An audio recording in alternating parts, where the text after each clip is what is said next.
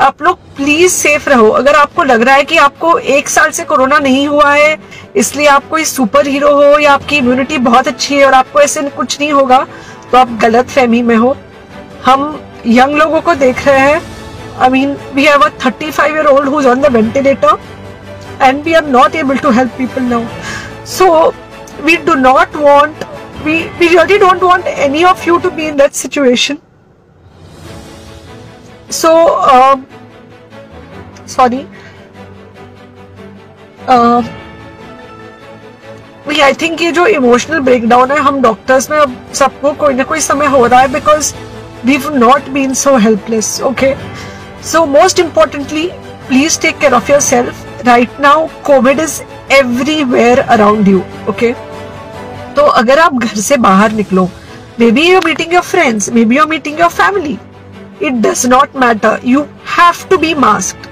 Okay. Just because आपको अभी 1 साल से कोरोना नहीं हुआ है या आपको पिछले साल कोरोना होकर जा चुका है, इसका मतलब ये नहीं है कि आपको वापस कोरोना नहीं हो सकता. You can still get COVID. तो please keep your self very well masked at all times.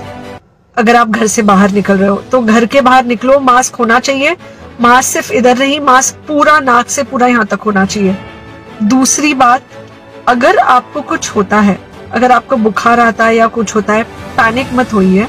Do not get unneeded investigations done. Get in touch with me obviously immediately. And most importantly, आपके जो friends है या कोई भी है उनको बोलो पैनिक में होकर एडमिट ना हुए हॉस्पिटल में. फिलहाल जो सिचुएशन है वो ऐसी है कि बहुत सारे हॉस्पिटल्स में स्टेबल पेशेंट्स एडमिट हो रहे हैं और बहुत सारे लोग जिनको एक्चुअली ऑक्सीजन की जरूरत है उनके लिए हमारे पास बेड नहीं है.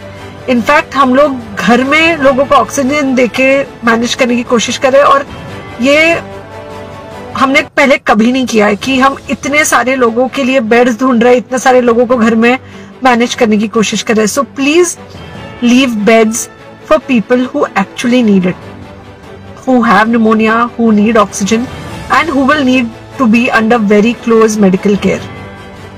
Third thing, if you have not taken the vaccine, अगर आपने वैक्सीन नहीं ली है किसी भी कारण से, हो सकता है आप ट्रैवल कर रहे हो सकता है आपको वैक्सीन की हिचक हो सकता है आपने कुछ व्हाट्सएप पे फॉरवर्ड पढ़ा हो कि वैक्सीन की वजह से कुछ साइड इफेक्ट्स हो रहे हैं या कुछ हो रहा है.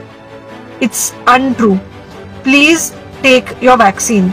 ये हमको डेफिनेट दिख रहा है कि जो लोगों के 2 वैक्सीन के शॉट्स होकर 2 हफ्ते हो चुके हैं उनमें डेफिनेटली हमको इन्फेक्शन, सीरियस इन्फेक्शंस कम दिख रहे हैं और हॉस्पिटलाइजेशन ना के बराबर है. So the vaccine is definitely helping. Okay, so take care of yourself. Do not take COVID-19 lightly.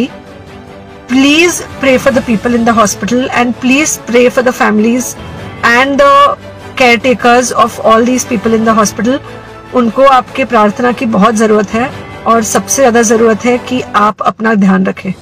Okay, and बस घर पे रहो. आप कुछ हफ्तों तक सिर्फ घर पे रहो जब तक हम ये सिचुएशन ऐसे हैंडल कर सके कि हम एटलीस्ट कुछ हो जाए तो हम हॉस्पिटल में पेशेंट्स को ले सके. फिलहाल हालत ऐसी है कि डॉक्टर्स और डॉक्टर्स के रिलेटिव्स को भी नहीं मिल रहा है बेड. तो आप सोचिए कि it's an absolutely helpless situation.